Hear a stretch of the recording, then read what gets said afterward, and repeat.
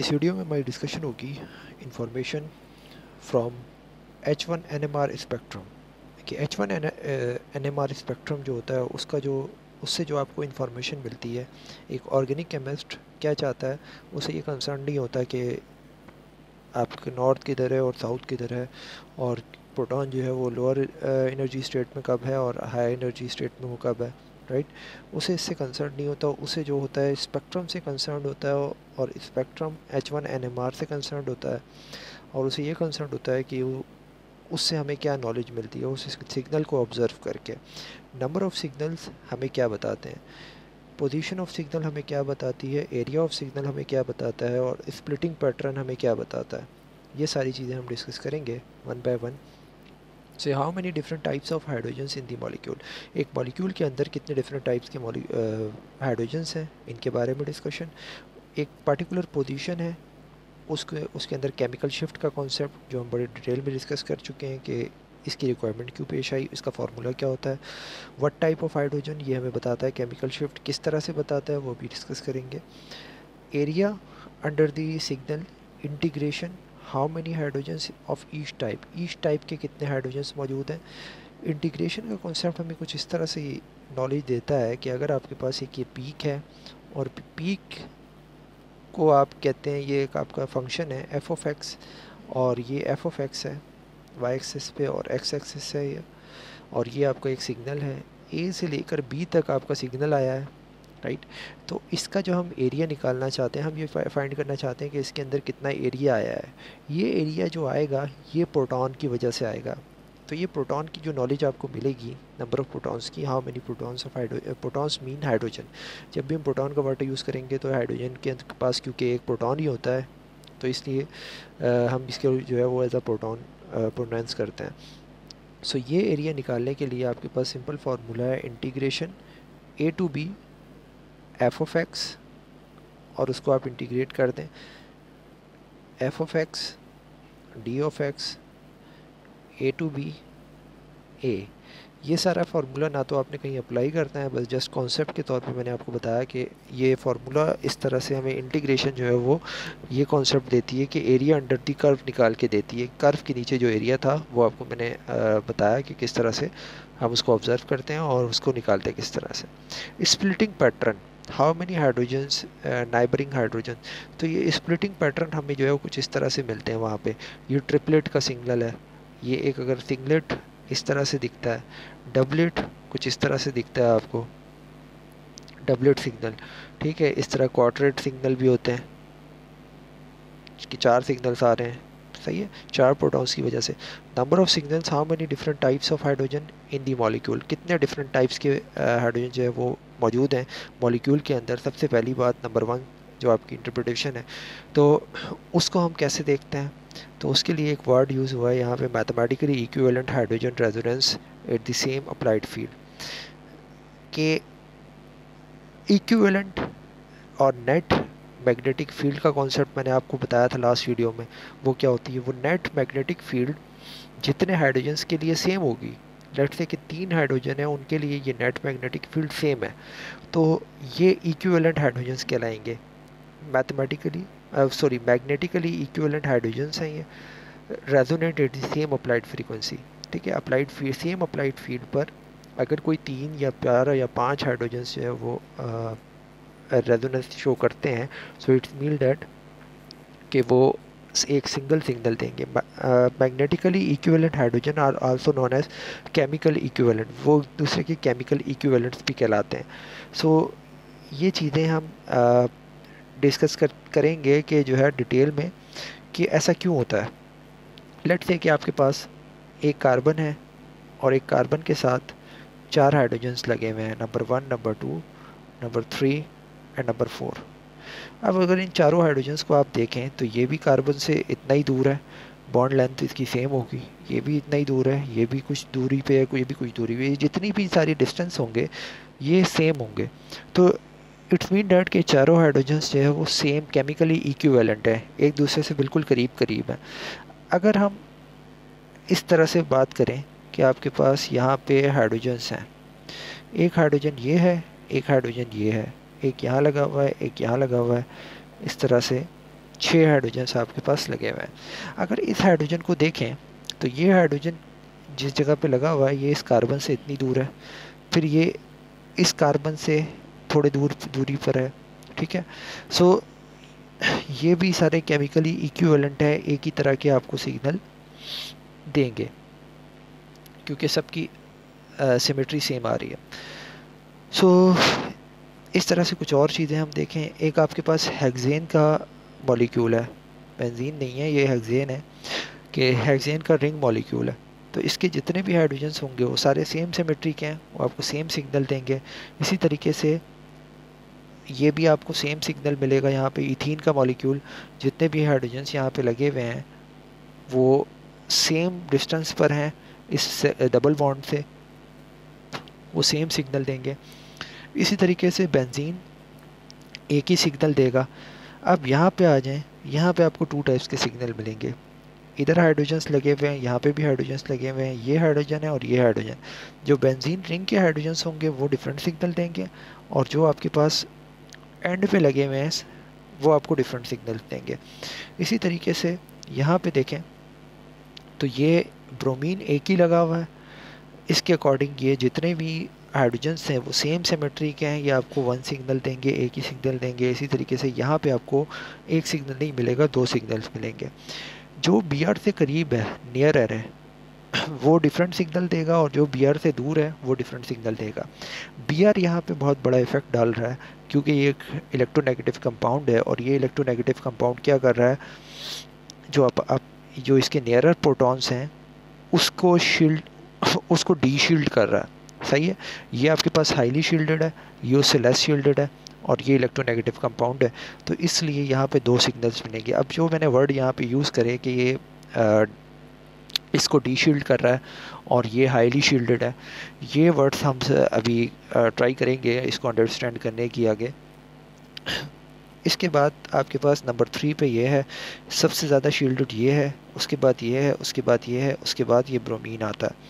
Similarly यहाँ पे भी कुछ चीज़ें हैं जिसमें से CH3 की शील्डिंग डिफरेंट है, इसकी शील्डिंग डिफरेंट है, इसकी शील्डिंग डिफरेंट है। तो अब यहाँ पे ये CH3 और ये CH3 सेम सिमेट्री पर है, ये इस कॉर्नर पे, ये दूसरे कॉर्नर पे, ये सेम सिग्नल मिलेंगे आपको इसके, और इसके जो है मिड वाले का डिफरेंट सिग्नल मिलेगा। तो ये यहाँ पे 2 सिग्नल्स मिलेंगे। यहाँ पे इसकी शील्डिंग डिफरेंट, इसकी डिफरेंट, इसकी डिफरेंट, क्योंकि Br से जो डिफरेंस पैदा हो रहा है यहाँ पे, इसका डिफरेंस जो है वो ये बिल्कुल नियरर है, ये थोड़ा सा दूर है, ये सबसे ज़्यादा दूर है। तो यहाँ पे आपको 3 सिग्नल्स मिलेंगे। तो इसी तरह से ये आपके पास यहाँ पे 4 सिग्नल्स मिलेंगे। किस तरह, क्योंकि जो Br की शील्डिंग इसके लिए होगी CH3 के लिए, वो किसी और के लिए नहीं होगी, क्योंकि यहाँ पे CH लगा हुआ है, सिंपल H है, इसके लिए डिफरेंट है, इसके लिए शील्डिंग डिफरेंट है, और इसके लिए शील्डिंग डिफरेंट है। Br जो सब पे डिफरेंट डिफरेंट इफेक्ट डालेगा, क्योंकि अगर ये Br मैं यहाँ मिड पे लगा देता तो आप ये कह सकते थे कि जो शील्डिंग इसके लिए है वो यहाँ पे है, ठीक है। जो ये मिड बन ही नहीं रहा एक्चुअली, क्योंकि ये 4 है, तो यहाँ पे जो है वो मिड का कॉन्सेप्ट नहीं आ रहा। इसी तरीके से एवरी प्रोटॉन का जो सेट है कार्बन के साथ, उस सब के लिए Br के से डिफरेंट जो डिस्टेंस है वो डिफरेंट है। तो Br का इफेक्ट जो है वो हर प्रोटॉन के सेट पे डिफरेंट पड़ेगा। इसी तरीके से यहाँ पे कुछ इस तरह से है कि क्लोरीन इधर भी लगा हुआ है, इधर भी लगा हुआ है। ये वाला क्लोरीन जितना इफेक्ट इस CH2 पे डालेगा, तो ये वाला क्लोरीन भी CH2 पे उतना ही इफेक्ट डालेगा। तो ये CH2 और ये CH2 आपको दो कॉर्नर पे के साथ वाले सेकंड लास्ट वाले जो CH2 हैं, ये आपको सेम सिग्नल देंगे, राइट। और ये जो मिड वाला है, इसका इफेक्ट जो है वो दोनों का इफेक्ट मिल रहा होगा इसको, और ये डिफरेंट सिग्नल देगा। तो इस तरह यहाँ पे आपको 2 सिग्नल्स मिलेंगे। इसी तरीके से एक और जगह हम सिग्नल देख लेते हैं। ये एक मॉलिक्यूल है जिसमें बेंजीन के जो मॉलिक्यूल्स हैं वो डिफरेंट सिग्नल देंगे, और ये वाले प्रोटॉन्स डिफरेंट देंगे, और ये डिफरेंट देंगे। अब यहाँ पे 3 सिग्नल्स किस तरह आ रहे हैं ये ज़रा देख लेते हैं। फर्स्ट ऑफ ऑल, ये जो CH3 है, ये CH3 को अगर हम पेरेंट कंपाउंड मान लेते हैं, और यहाँ पे CH3 लगा हुआ है, तो ये एक बिल्कुल अलग सी एक चीज़ लगी हुई है। इसका एक सिग्नल मिलेगा डिफरेंट टाइप का। जो यहाँ पे CH2 क्लोरीन के साथ लगा हुआ है, उसका एक डिफरेंट टाइप का सिग्नल मिलेगा, राइट। और बाकी जो सिग्नल्स आपको मिलेंगे वो ये 3 सिग्नल मिलेंगे जो इन कॉर्नर पे बेंजीन के लगे हुए हैं। सो ये बहुत ज़्यादा दूर है और ये थोड़े से दूर है, तो ये आपको जो सिग्नल्स मिलेंगे यहाँ के ये सेम मिलेंगे, क्योंकि आपका जो इफ़ेक्ट है वो तकरीबन निग्लिजिबल हो जाता है। कहाँ पे? इस क्लोरीन को अगर मैं ऐसे करके लगाऊं और ये एक बॉन्ड क्लोरीन से, फिर ये सेकंड बॉन्ड और ये थर्ड बॉन्ड, जो इफ़ेक्ट थर्ड बॉन्ड के बाद आता है वही इफ़ेक्ट फोर बॉन्ड के बाद आता है। तो ये जो यहाँ पे जो इफ़ेक्ट्स होंगे वो सेम होंगे। इट्स मीन कि आपको बेंजीन वाले जो रिंग के साथ जो प्रोटॉन है उनके सिग्नल सेम मिलेंगे और बाकियों के सिग्नल्स आपको डिफरेंट मिलेंगे। That is why there are 3 signals. अब हम जाते हैं इस डिस्कशन के ऊपर कि जो 3 सिग्नल्स आपको मिले हैं ये किस तरह से मिले हैं, और ऐसा क्या है कि कुछ कंपाउंड ज़्यादा शील्डेड होते हैं और कुछ कंपाउंड कम शील्डेड होते हैं। इसके लिए आपको ये समझना पड़ेगा कि मॉलिक्यूल्स की हाइब्रिडाइजेशन क्या होती है। टॉपिक है केमिकल इन्वायरमेंट। केमिकल इन्वायरमेंट को हम डिस्कस करेंगे कि इन्वायरमेंट किस तरह से आपके पास इफ़ेक्ट डालता है किसी भी कंपाउंड पर। सबसे पहले अगर हम देखें sp3 हाइब्रिडाइजेशन को, तो sp3 हाइब्रिडाइजेशन हाईली शील्डेड क्यों होती है इसका रीज़न देखेंगे, राइट। सो सिंपल, आपके पास एक कार्बन है और उसके साथ जो है वो कितने प्रोटॉन्स लगे हुए हैं, 1 2 3 4 4 प्रोटॉन्स लगे हुए हैं। और अगर इसका ऑर्बिटल देखें तो ये कुछ इस तरह का ऑर्बिटल होता है, ये आप जानते हैं कि ये ऐसा ऑर्बिटल होता है। इस ऑर्बिटल में अगर आप देखें तो 4 एक्सिस हैं, हर एक्सिस पे जो s की कंट्रीब्यूशंस होती हैं वो 25 25 25 होती है। सो एवरी प्रोटॉन के लिए जो सेंटर वाला जो कार्बन है उसमें s की जो कंट्रीब्यूशन होगी वो 25% होगी, s की कंट्रीब्यूशन। तो यहाँ पे मैंने लिखा हुआ है कि sp3 में जो s की कंट्रीब्यूशन होती है वो 25% होती है। sp2 में जो s की कंट्रीब्यूशन होती है वन साइडेड एक प्रोटॉन के लिए वो होती है 33%। sp में जो आपके पास s की कंट्रीब्यूशन होती है वो 50% होती है, p की 50% और s की भी 50%, राइट। सो ये आपके पास s का कितना करेक्टर है ये हमने डिस्कस किया। अब एक और चीज़ ज़रा देखें कि जितना s का आपके पास करेक्टर बढ़ जाएगा, s का करेक्टर जितना ज़्यादा होगा तो इलेक्ट्रोनेगेटिविटी उतनी ज़्यादा होगी, राइट। इस चीज़ को जब अपने माइंड में बिठा लें कि s का करेक्टर के साथ इलेक्ट्रोनेगेटिविटी का एक कंसर्न है, यानी कि एक कनेक्शन है कि इलेक्ट्रोनेगेटिविटी किस वजह से बढ़ती है, s करेक्टर ज़्यादा होने की वजह से। अगर आपके पास s करेक्टर 25% है तो इलेक्ट्रोनेगेटिविटी कम है। इलेक्ट्रोनेगेटिविटी मीन कि उसके पास ऐसा कंपाउंड कम है जो कि जैसे कि क्लोरीन जो नेगेटिव चार्ज वाला, इस तरह का कंपाउंड जिस नेगेटिव चार्ज से मुराद कि इसने अपने इलेक्ट्रॉन्स किसी को दिए हुए हैं, इलेक्ट्रोनेगेटिव कंपाउंड है, कोई भी ये इलेक्ट्रॉन को खींचता है आपस में अपने पास लेके आता है, इलेक्ट्रॉन्स को जहाँ भी मिलेगा तो ये इलेक्ट्रॉन जो है वो ले लेगा। इलेक्ट्रॉन को कैप्चर करने वाला की सलाहियत मौजूद है ऐसे कंपाउंड के अंदर। सो ये जो मैंने आपको इलेक्ट्रोनेगेटिविटी का कॉन्सेप्ट बताया, और इलेक्ट्रोनेगेटिविटी यहाँ पे इतनी ज़्यादा नहीं है, राइट।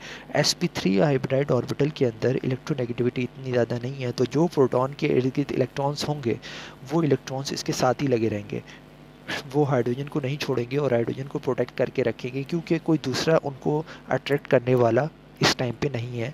इलेक्ट्रोनेगेटिविटी इस हाइब्रिडाइजेशन की कम है, तो इस वजह से ये प्रोटॉन जितने इलेक्ट्रॉन से घिरा रहेगा और ये शील्डेड रहेगा, राइट। सो मैंने आपको शील्डिंग का कॉन्सेप्ट पहले बता दिया है कि जितना शील्डेड होगा तो नेट मैग्नेटिक फील्ड आपको ज़्यादा देनी पड़ेगी, नेट मैग्नेटिक फील्ड को बढ़ाना पड़ेगा। इसके बाद हम ये देखते हैं कि जो हाइड्रोजन है वो हाईली शील्डेड है, क्यों हाईली शील्डेड है, क्योंकि जो आपके पास इलेक्ट्रोनेगेटिविटी है वो कम है। उसके बाद अगर हम एक और लैंग्वेज में बात करें डी शील्डिंग की कॉन्सेप्ट में कि डी शील्डेड यहाँ पे कितनी है, तो डी शील्डिंग यहाँ पे बहुत कम है, बहुत कम डी शील्डिंग है। कि शील्डिंग ज़्यादा होगी तो डी शील्डिंग ऑब्वियसली कम होगी। टीएमएस के ये बहुत करीब होता है, ये टीएमएस के करीब क्यों होता है? क्योंकि इसके आसपास इलेक्ट्रॉन की डेंसिटी बहुत ज़्यादा है और इसकी शील्डिंग जो है वो इफेक्ट आता है। लेकिन टीएमएस क्या चीज़ है? टीएमएस तो वो चीज़ है जिसके पास सबसे ज़्यादा इलेक्ट्रोनेगेटिविटी सबसे कम इलेक्ट्रोनेगेटिविटी होती है और जो हाईली शील्डेड होता है, बहुत ज़्यादा शील्डेड होता है। उसके बाद हमारे पास sp3 हाइब्रिडाइड ऑर्बिटल आया है और sp3 कंपाउंड आया है जो कि टीएमएस के नियरर शील्डेड है। इसीलिए हम ये कहते हैं कि sp3 जो सबसे एंड पे लगा हुआ है, अब अगेन मैं वो एग्जांपल रिपीट कर रहा हूँ, जैसे कि Br था और CH2 था और यहाँ पे CH3 था, तो हम ये लैंग्वेज यूज़ करते हैं कि CH3 जो है वो हाईली शील्डेड है और इसको आप A असाइन करते हैं। इसी तरीके से CH2 आता है इसके बाद जो कि लेस शील्डेड है, अब इसको कहते हैं, राइट। सो इस वजह से हम हाईली शील्डेड जो है वो CH3 को कहते हैं, क्योंकि वो sp3 हाइब्रिडाइड ऑर्बिटल होता है और इसमें S की कंट्रीब्यूशन का सारा रीज़न है। TMS से नियरर रहेगा ये। अच्छा, इसके बाद अगर हम sp2 हाइब्रिड ऑर्बिटल को देखें तो sp2 हाइब्रिड ऑर्बिटल का जो कार्बन है उसके साथ उसके पास 33% S करेक्टर मौजूद है। अगर S करेक्टर उसके पास 33% है तो इसका जो इलेक्ट्रोनेगेटिविटी है वो इंक्रीज़ कर गई। अगर इसकी इलेक्ट्रोनेगेटिविटी इंक्रीज़ कर गई तो जो इलेक्ट्रॉन इस प्रोटॉन के आसपास मौजूद थे, जो प्रोटॉन के आसपास इलेक्ट्रॉन मौजूद थे, अब ये इलेक्ट्रॉन को कोई खींच लेगा। ये sp2 हाइब्रिडाइड ऑर्बिटल जो है जिसके अंदर ये जो पाई बॉन्ड होता है, ये इलेक्ट्रॉन्स को अपनी तरफ अट्रैक्ट कर लेता है। तो ये जो प्रोटॉन होता है इस टाइप का, ये डी शील्डेड हो जाता है, इसकी शील्डिंग कम हो जाती है, सही है। तो जब इसकी शील्डिंग कम हो जाएगी, so the shielding decrease, deshielding increase हो जाएगी, रेजोनेंस अकर होगी फर्स्ट, पहले रेजोनेंस अकर होगी। इस चीज़ का मतलब क्या है? क्योंकि पहले रेजोनेंस अकर होगी, इसका मीनिंग अभी हम ग्राफ पे देख लेते हैं। दूसरी चीज़ ये कि ये कंपाउंड है, ये आपके पास विनाइल हाइड्रोजन कहलाता है। Electron goes toward the carbon atom, electron इसके कहाँ चले जाएंगे? कार्बन एटम की तरफ चले जाएंगे। क्यों? रीज़न क्या होगा? क्योंकि यहाँ पे एक अनहाइब्रिडाइड ऑर्बिटल होगा जो इसके इलेक्ट्रॉन्स को अट्रैक्ट कर लेगा। तो क्योंकि एस करेक्टर आपके पास ज़्यादा हो गया है, उस एस करेक्टर के जो मैंने आपको कॉन्सेप्ट बताया इस तरह से। अब आगे देखिए, मैग्नेटिक फील्ड रिक्वायर्ड लेस, इसको मैग्नेटिक फील्ड कम रिक्वायर्ड होगी रेजोनेंस अकर करने के लिए, क्योंकि ये टीएमएस से दूर चला गया। इधर टीएमएस था, अभी हम ग्राफ देख लेंगे, बल्कि मैं आपको ग्राफ पहले दिखा दूं। ग्राफ पे कुछ इस तरह से है कि ये ज़ीरो है, ज़ीरो पे आपके पास टीएमएस है, टीएमएस के पास CH3 की बारी आई, CH3 ने अपनी रेजोनेंस दिखाई, उसके पास CH2 आया, राइट। उसके बाद आपके पास जो आएगा CH आ जाएगा। CH3 वो कंपाउंड जिसके पास हाइड्रोजन 3 थे, CH2 वो कंपाउंड जिसके पास हाइड्रोजन 2 हैं, जो कि sp2 हाइब्रिड ऑर्बिटल बना रहा है। और ये sp3 को यहाँ आना चाहिए बाय डिफ़ॉल्ट, यानी कि जो हमारे पास अभी तक पैटर्न बन रहा है। तो हमारी जो डिस्कशन हुई वो ये कि मैग्नेटिक फील्ड इसको लेस रिक्वायर्ड होगी, क्योंकि जैसे जैसे आप ग्राफ में इस साइड पे जाते हैं तो आप डाउन फील्ड जाते हैं, इधर आप अप फील्ड जाते हैं, इधर आपके पास TMS होता है। TMS के साथ कौन था? CH3 था। अब उसके बाद कौन आ रहा है? CH2 आ रहा है, TMS CH3, उसके बाद किसकी बारी है? CH2 की बारी आ रही है। इसको सबसे ज़्यादा हाई मैग्नेटिक फील्ड रिक्वायर्ड है, उसके बाद इसकी रिक्वायरमेंट है और उसके बाद इसकी रिक्वायरमेंट है, राइट। सो इसको लेस मैग्नेटिक फील्ड रिक्वायर्ड है। Goes for the far from the TMS, ये जो है दूर जा रहा है TMS से, TMS यहाँ है और ये दूर जा रहा है, बीच में CH3 आ गया। इसका जो डेल्टा PPM है वो इंक्रीज़ कर गया, डेल्टा PPM इंक्रीज़ कर गया, मतलब TMS से डिस्टेंस इंक्रीज़ कर गया। Hydrogen become down field, hydrogen जो है वो डाउन फील्ड में जा रहा है। एक और चीज़ अगर मैं आपको बताऊं, यहाँ पे एक हमारे पास रीज़न आता है, इसको भी हम देखेंगे कि बेंजीन है, बेंजीन मोर डाउन फील्ड में होता है, और जो आपके पास sp2 हाइब्रिड ऑर्बिटल है ये भी डाउन फील्ड में होता है, लेकिन इतना ज़्यादा नहीं होता। मैं ये चीज़ अगेन आपको ग्राफ से बताऊं, कुछ इस तरह से है कि ये आपके पास यहाँ पे CH3 मॉलिक्यूल,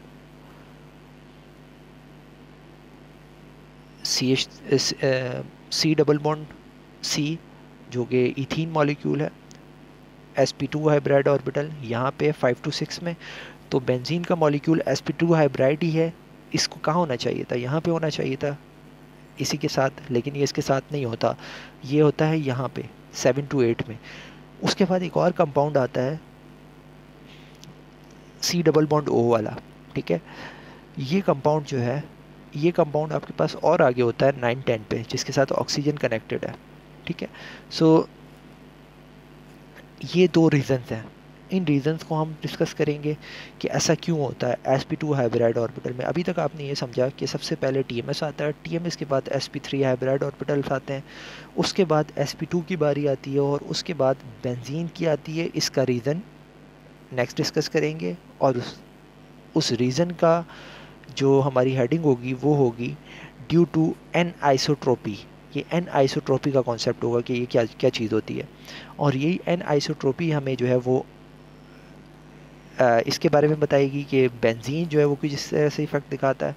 और एक आपको जो ये वाला जो कंपाउंड है, जिसको आप नॉर्मली क्या कहते हैं, कार्बोक्सिलिक ग्रुप, कार्बोक्साइल कंपाउंड, इस टाइप के जो इस कार्बन के साथ जो ऑक्सीजन लगा हुआ होता है, due to the inductive effect of the oxygen atom. Oxygen atom का इंडक्टिव इफेक्ट जो है वो इसका रीज़न होता है कि ये हमारे पास सबसे ज़्यादा मोर डाउन फील्ड में क्यों होता है। ये तो डाउन फील्ड में है, बीच में बेंजीन भी आ रहा है, और बेंजीन के बाद जो है वो ये और ज़्यादा डाउन फील्ड में है। तो इसका रीज़न क्या है, due to the inductive effect of the oxygen, ऐसा होता है।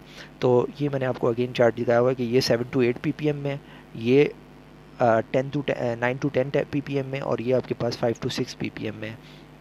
और ये हमने यहाँ पे कुछ ग्राफ्स देख लिए, और इसके बाद हम डिस्कस करेंगे sp hybrid orbital carbon atom जो है वो किस तरह से बिहेव करता है। इसका भी एक एनोनोमियस बिहेवियर है, और इन तीन बिहेवियर्स के जो दो बिहेवियर्स मैंने आपको एनोनोमियस ऊपर बताए, एन आइसोट्रोपी का कॉन्सेप्ट डिस्कस करेंगे, और इंडक्टिव इफेक्ट, और इसके अलावा जो है जो नेक्स्ट sp हाइब्रिड ऑर्बिटल आ रहा है, पहले इसको डिस्कस कर लेंगे, और इसका भी एनोनोमियस बिहेवियर क्या होता है, इसका एक ऐसा बिहेवियर जो कि नहीं होना चाहिए, और वो क्यों होता है। तो वो सारा उस सब के आंसर होंगे आपके पास एन आइसोट्रोपिक के टॉपिक में।